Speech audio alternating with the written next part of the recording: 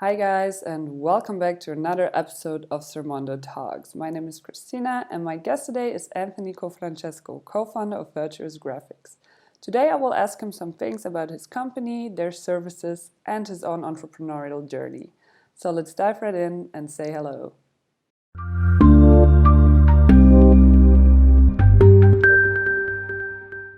So I'm here today with Anthony Cofrancesco, who's the co-founder of Virtuous Graphics and based in the Philippines. And he takes the time today to answer some of my questions. Hi, Anthony. Glad to have you here.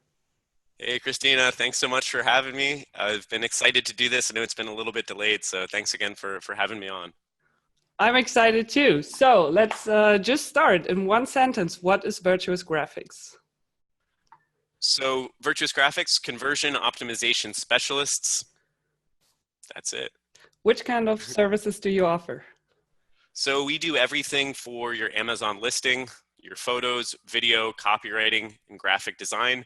Our whole goal is just to show off your product in a better way so you get more buys. All right. And you're located in the Philippines, right? How did that come? So how Virtuous Graphics started originally is my business partner Erick was selling on Amazon, and this was maybe about 3 years ago. He went on to Fiverr and Upwork to find people to shoot his own products and was kind of disappointed. He found that you could find a good photographer or a good designer, but it was hard to find someone who knew about Amazon terms of service and knew how to create things that were designed to sell a product. And so he started, he just hired two people full time to work on his own projects, and he was pretty tight in the Amazon community, so he'd show his photos to his friends and they'd say, hey, that looks pretty good, can I subcontract out your workers? So he kind of turned it into a company at that point. And ever since, we've always worked with a team that was largely based in the Philippines. If any of you guys have VAs, right, some of you probably worked with Filipinos. For some tasks, they're very effective, but where we found they're very, very effective was in creative roles. So it was kind of always good. And then for us being a United States company, the language barrier, being able to explain creative ideas was always really difficult to do if you're talking with someone who wasn't speaking English, at least for us. And so we just always felt at home, and it worked well in the Philippines. It's pretty handy that you're located in Asia, I guess, for a lot of clients because they don't have to ship their products like all around the world to get their images or product videos. Are you working with clients from all over the world? Yeah, especially over the last 12 months, we really have. Originally, our customer base was largely from the United States or Canada, but now I'd say probably a third of our customers are in Europe. And then we've also been making big pushes, like Singapore is really large for us now, Taiwan, and then maybe eventually moving up into China, Japan. And how does the process of working with you look like? For example, I'm an Amazon seller, I need product images and I need a product video, and I contact you guys on Sermondo or your website. How will it go from there? Yeah, it's super straightforward. After you order, pretty much what happens right away is we start our client intake process. So we'll give you the address where to ship your samples. And then while we're waiting for your samples to arrive, that's where we do the most of our work. It's actually doing the research. So we go read reviews, we run keyword research, we look at what can we find on the internet, news about this product, different images for inspiration. So the goal is that by the time your products arrive, we can just start shooting. Now, while we're doing the research, after we've compiled it, rather, what we do is then we usually hop on the phone for like an onboarding call. And at that point, we kind of present you with what we found in the research. We try to get your ideas as well as, who's your customer? What are the differentiators that you see in your product? And then we go through and, then we actually shoot it. The shooting takes usually between 2 to 3 weeks, depending on what time of the year we're in. All right. And how does your pricing structure look like? Do you have like fixed packages or do you also make individual offers? So everything that we currently do for most sellers, for about 75% of our clients, it's all pricing is individual per product. And that's how the pricing works. With some of the bigger sellers where they have just tremendous amounts of variations, or they just have huge amounts of product catalogs or storefronts, then we can get into more custom options. The biggest question we get a lot too is how does the variation pricing work? Like what happens if I've got a product in one color and then 9 other colors? And the answer to that is first is we charge full price for your first variation, and then each extra variation is 50% off. But the other thing I'll say is for most products, if the only difference between your variations is a color, there's usually not a need to go and shoot all of the lifestyle again or to completely redo your A plus or EBC. You really just need one thing that shows the majority of the product line. All right. And you have a pretty good standing in the community. We've met in Tel Aviv. You're at a lot of seller conferences. So I assume that you have a lot of clients and a lot of work to do. How many employees do you have to manage to fulfill every order? So right now we just hired, probably in the last 2 weeks, we hired about 4 or 5 more. So I think we're probably up to about 35 now. I Oh, think in the next 2 weeks, I won't be surprised if by the end of October, we'll be close to 40. Business has been really kind of taking off. And since we've been going to so many conferences, we've been meeting a lot of people, and yeah, we've been really growing fast.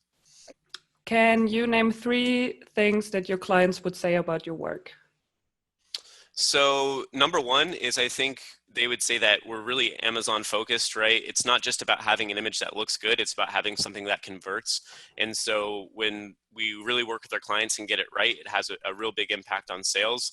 I think the next thing too would be just kind of workability. The real cool thing about working with our team is that, especially our Filipino team, they really are good at thinking outside of the box, and they're very scrappy. And so one of the cool things about working with us is, the team, when we're doing lifestyle shoots, everything's real. We go and bake cakes, we cut up the vegetables.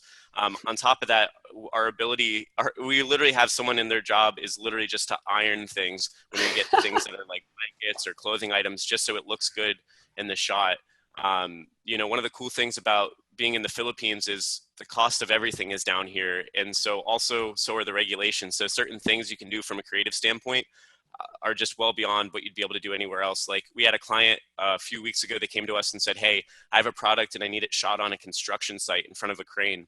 If you're in the US or maybe in Germany, you'd have to get forms filled out. It'd be a nightmare. In the Philippines, you just hand the security guard $20 and they'll let you do whatever you want. The last thing I'll say too, and this is being honest, because there's probably some people watching this that have heard, oh yeah, Virtuous Graphics, I hear their work is good, but I hear they're kind of slow. And so that's the last thing I'll say is, especially as of recently, I think last month we did 2 times as many orders that we ever have done. We're hiring to kind of cater to that. But before we were telling clients we were going to get your photos done in 2 weeks. Now we've kind of pushed that back to 3. We're trying to give clients a little bit more realistic expectations, especially as we get close to peak. So it's something we're working on, but we're not always the fastest. But when we get to the end, you're going to be really stoked about what you got. Yeah, I was gonna say, I mean, I think it's better if you take a couple days more and deliver like the highest quality than just delivering anything. All right, then, I mean, you're in the creative area of selling on Amazon. Everything that has to do with graphic design or photos or videos is always a bit difficult to work with clients because you have to meet their expectations, and a lot of clients can't really communicate what they want. So what do you expect from your clients prior to starting the work? So the big thing is we do a lot of work, and because we kind of see the same kind of things and we follow some pretty basic guidelines and templates for what we know works in terms of conversion, we tend to do a pretty good job. At least when we send you the photo brief in the beginning, we pretty much show you, here's what we're going to give you. And we give you an explanation as to why we're doing it. And so we really avoid a lot of issues like that. Some clients, obviously, and this happens sometimes, is we'll say, hey, here's the image that we're going to give you. And then we show them, here's the image we gave you. And then they come back and they say, okay, well, I know that's not what I asked for, but can I get something a little different? But what we find is that as long as we are very clear in the upfront, clients are very reasonable to say, okay, I understand we have to do a reshoot, but that's on me. I'll pay a little bit more to get that done. But really, the client process can be as interactive or as hands-off as you want. That's kind of how we pride ourselves. Like, you don't need to be creative. We're quite good at what we do. But the other thing is, you give us the information, we'll set the standards in the beginning. But the other part is that with all of our work, we give you 3 complimentary revisions. So like when we send you your first set of deliverables and we set a clear expectation from the beginning, it's not going to be perfect. Like 80% of the time, we don't get it right, 100% right the first time. And so what we really encourage clients to do is during that revisions process, we want you to be really, really picky. We want you to say, I don't like that. I want you to change that. because kind of how we go from a good image to like an amazing image are all about like the small kind of marginal changes that we make. All right. And what if a client is really upset about the result? I don't know if that ever happened to you, but how do you um, manage such a situation when a client comes and says, yeah, I'm not happy with your work, even after 3 revisions? Yeah, I think that maybe like 2 years ago, that was a little bit more common. When I first started working with Virtuous Graphics, one of the first things that we did was we brought on creative directors for each of our 4 departments. And these guys are like, guys and girls rather, are they're subject matter experts in what they do. They've got more than 20 years experience in graphics and video and photo. So before the client is ever going to say, hey, this is awful, the creative director is going to kick it back to their team and they're going to say, hey, this doesn't look good. And so, yeah, for certain, sometimes I think maybe about less than 5% of the orders we do in a month, we just don't get it right. And so in that case, we can either provide you with a refund, but even if most times we don't actually end up doing the refund because we can usually fix most of everything with very, very few exceptions. But, we tell you 3 complimentary revisions. Like if you're not happy, then just let us know. But the other thing too is we'll get into, I won't call it disagreements, but we'll get into points with the customer where they say, hey, I think this is really good. And we say, well, we actually think this is good and this is why. And if we don't agree on it, a really simple way to settle the disagreement is there's a great program called PickFu. We met these guys at Prosper Show. We use their product all the time. For what it allows you to do is you can test your images, you can test copy, and essentially it shows it to a test group of different Amazon Prime customers. And they don't only vote on which they like better, they actually give you feedback as to why they like it. So if we're ever in a big disagreement with a client, we just say, hey, so most of the time we'll just pay for it. Hey, or split it with the client. Let's just put this on PickFu. And what happens a lot of the time is either one side is, this is definitely the way to go, or what happens sometimes is it's pretty split, but then based on the feedback, we're actually able to go and take that to create an even better image. So at the end of the day, I'd say what we love about working with Amazon sellers is everyone is so reasonable. And we've had very, very few clients that if you're like, hey, you might not like this, we might not like this, but let's figure out a way. Our goal at the end of the day is like, we want to help you make more money. We don't want to be difficult, because if you're not happy, you're not going to launch your other products with us. So it's not really a good strategy for us not to try to work with you. Yeah, that's true. All right. Then I'm already at my personal questions. How do you know Erick, and why did you start working for Virtuous Graphics? Yeah, so I met Erick the very first time back before I dropped out, rather, of the University of Florida. Erick and I were both in college together. Erick was the president of the University of Florida Entrepreneurship Club. And I had never gone to a meeting, but I was part of the Facebook page, and I see one day someone posts and they say, hey, we got free tickets to the Lean Startup Conference, Erick Rise in San Francisco. It's like 5 days away. Does anyone want to go? And back then I was really into travel hacking with like points and miles. And so I had a bunch of airline miles, and I thought, if I apply for this, no one else is going to be able to like afford to fly from Florida to San Francisco within like 4 days. So I can just use my miles. So sure enough, I applied, I got the free tickets. I flew out to San Francisco, and that's where I met Erick for the first time. And it was at this conference. I remember it was like, we were staying at the Fairmont. We got a free room somehow. It was a very nice hotel, but we were put like 4 college kids in one room, and I was in the same bed as Erick, going to sleep at night. And I look over, and he's got this laptop, and he's got this thing open. It's this huge Excel sheet. I'm like, dude, what is this? What are you doing? And he's like, oh, this is a list of everyone at this conference, their names, their title, their job, where they work. And I was like, shit, man, did you put all of that together? And he's like, no, my VA did it. I was like, what's a VA? And he said, oh, I have someone in the Philippines. I pay $3 an hour, and they help me with different tasks. And at that point, my mind was just blown. So, that was kind of my journey into my start in anything related to entrepreneurship. At the time, I was working, I was an intern doing corporate finance and accounting for Verizon.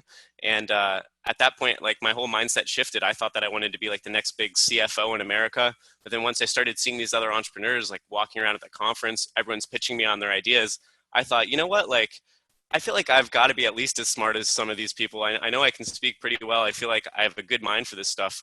Maybe I should start looking into this. And so, I like really thank Erick for that. We traveled around to a bunch of places while we were in college. He taught me how to sell on Amazon. And that's how I met Erick. And then I guess the question of how I got into Virtuous Graphics is, I was working for Amazon, and I was working there for about a year. I'd known Erick really well. I'd known about Virtuous Graphics. I helped them staff some of their first employees. And one day, after working at Amazon for about a year, Eric gives me a call. He had just sold one of his Amazon businesses through a company called Empire Flippers. And so he had a little bit of cash, but he wanted to double down on his FBA business. And so he calls me and he says, "Hey man, I'm really focused on my importing business. I really need help scaling Virtuous Graphics. Why don't you quit your job and move out to Manila?" And so I thought about it, and then I thought, this is really stupid. I'm going to have to repay a huge signing bonus, and I have all these restricted stocks that I have invested. But sure enough, the next day I put in my two. But I guess what it came down to is I knew it could be a really bad decision, but I knew if I didn't do it, I would probably end up regretting it for a long time. So the next day I put in my 2 weeks notice, and then like 3 weeks later I was out in Manila. It's such a crazy story. Whew. And bold. I mean, not a lot of people could do that. And your About Us page states that you're the nicest guy that people will ever meet, which I can confirm. You're very nice. You invited us to dinner in Tel Aviv, so I can confirm that. and you know, and yeah, go on. I was going to say, the great part about having a creative team is they write these, like I didn't write that bio. I wrote something really, really not that great. And then our copywriting creative director rewrote everyone's bios. It's the same thing like when I go to conferences, I put up my slide deck and everyone's like, "Wow, that slide deck looks so good." They're like, I guess that's the advantage of having a graphics design company. Awesome. And it also says that you visited 39 countries already, and you already said you were into travel hacking. So I assume this is one of your biggest hobbies. What other hobbies do you have? Yeah, traveling is a big one. I used to work for a company called thepointsguy.com. So I'm a real big fan of traveling around. I really like hotels a lot. I used to review airlines and hotels. I like looking at the little details and things and seeing how I can make it better. I'm a real outdoorsy guy, so hiking. I'm a big cyclist. I really like riding my bike anytime I can, motorcycles, anything like that. But I guess by and large, it's, and a lot of the reason I like the job that I currently have is I like just going around and meeting other people, seeing how other people live in different parts of the world. Like I just spent some time in Lithuania. It was my first time there for a conference called Sellerfest. And, it's, yeah, with Augustus. Great conference, by the way. Big shout out to Orange Click. Like they have great conferences and they're really reasonably priced too. But yeah, I mean, I was hanging out with like a bunch of Europeans from all over different parts of Europe during the trip. And it was like, you're chatting, you're hanging out and you're like, wow, there's like everywhere in the world, there's these different people that have a life and a perspective that's different from what I have. And I think that's really cool. Are there also things that you don't like about your job?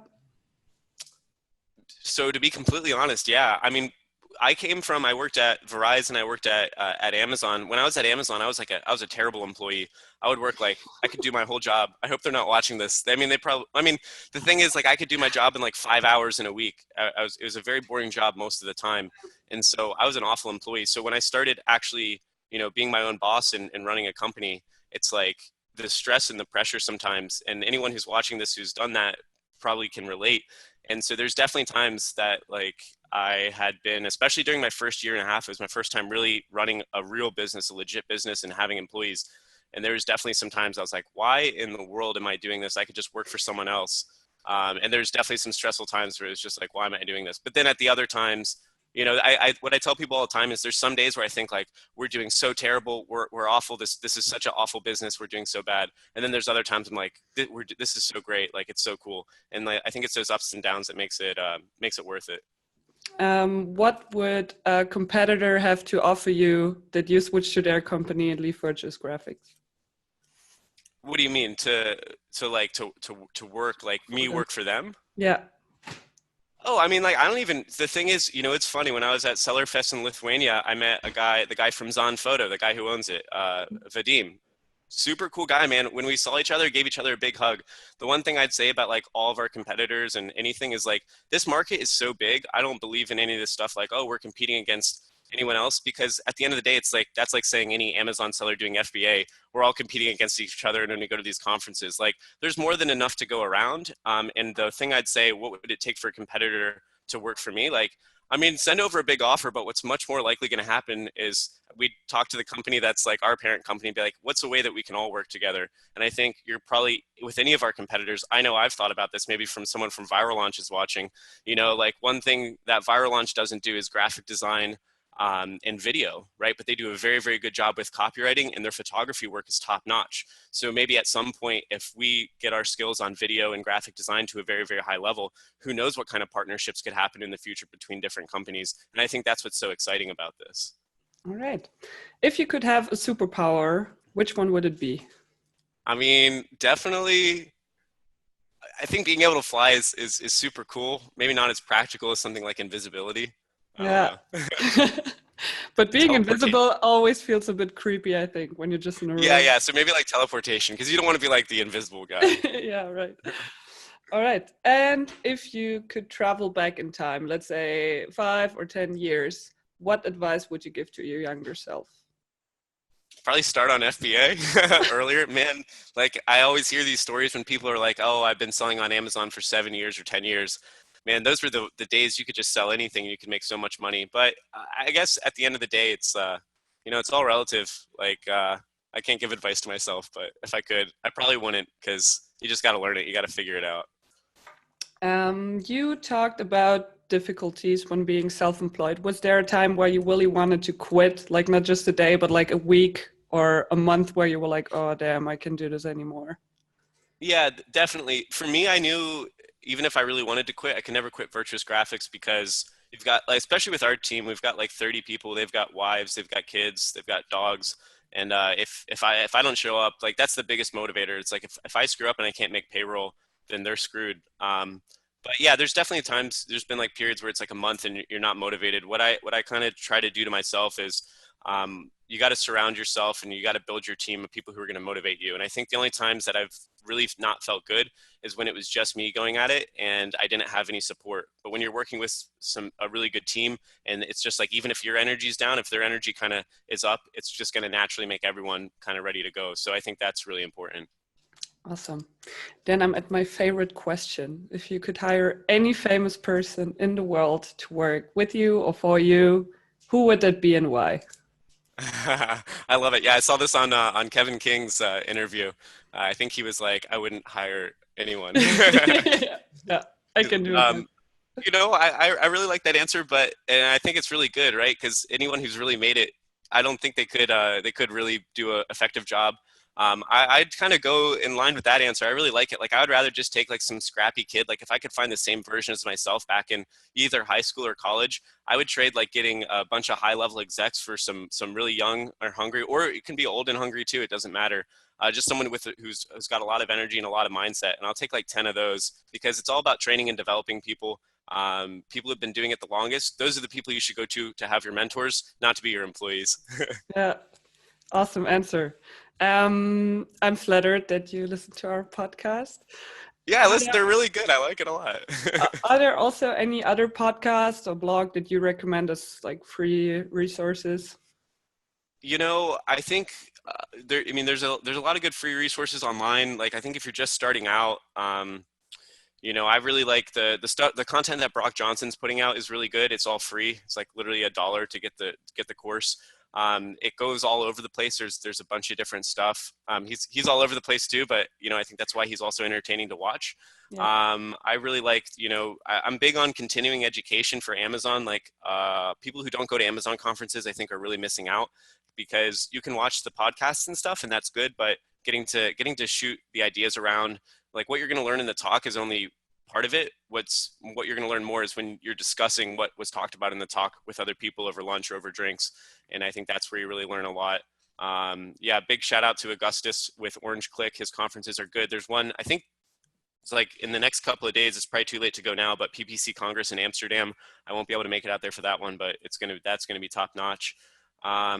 AMPM podcast, anything from Helium 10 is top notch, and I really like the content that Jungle Scout puts out as well.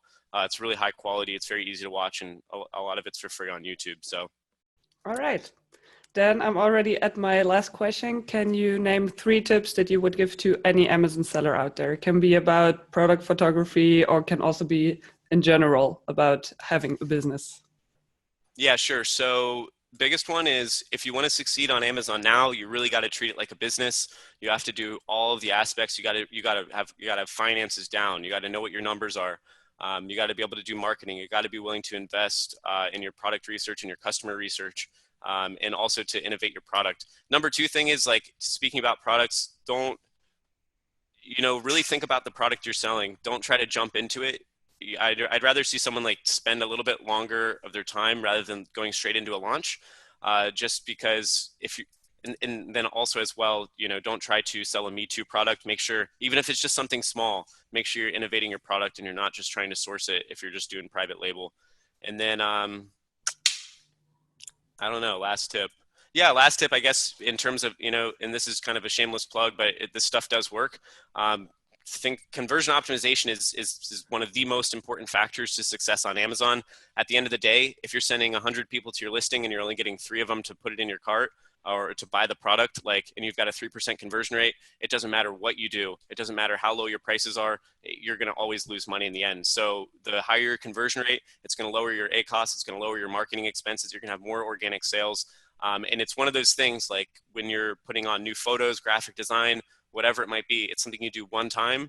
And then even if there's a small increase in conversion, it's going to very quickly pay for itself 9 times out of 10. So yeah, that's what I would say there. All right. And Awesome. don't skimp.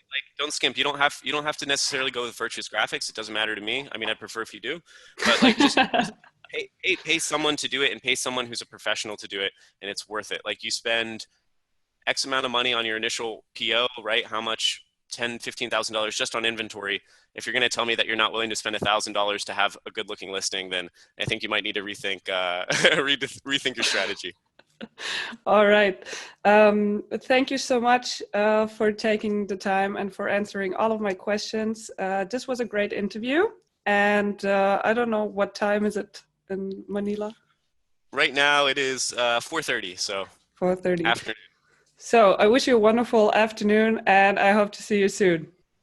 Okay, thanks so much. All right, guys, that's it. That was my interview with Anthony Cofrancesco. I hope you enjoyed it. If you have any questions for Anthony or for me, just drop your comment below. I also included some helpful links in the description where you can find out more about Virtuous Graphics and Sermondo. And if you like our podcast, just subscribe to our channel and you will never miss another video again. So either hit the red button here or this button here. And I see you guys next time.